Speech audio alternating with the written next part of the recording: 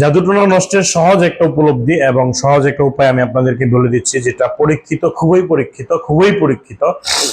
প্রাথমিকভাবে আপনি যে কাজটা করবেন সেটা হলো যে বড় বড় দেখে সাদা, নীলের মধ্যে, সবুজের মধ্যে বড় বড় দেখে আপনার 7টা বড়ই পাতা নেবেন। 7টা বড়ই পাতা নিয়ে এক বালতি পানি নেবেন। ওই বালতির পানিটা কুসুম গরম হলে আরো বেশি ভালো, মানে সবটা কুসুম গরম হতে হবে না, আপনার একটু পানি কুসুম গরম ঢাইলা দিবেন ওটার মধ্যে। এরপরে ওই বালতির মধ্যে বড়ি পাতাগুলো ঢেলে দিবেন। ঢেলে দিয়া প্রথমে, যদি কিছু না পারেন তাহলে সেক্ষেত্রে আপনার এটা আমল আর কি, সূরা ফালাকটা, সূরা নাসটা, এটা প্রত্যেকটা সূরা 121 বার করে পড়বেন। 121 বার করে 121 বার পরে 3টা ফু দিবেন। আর সূরা নাসটা 121 বার পরে 3টা ফু দিবেন।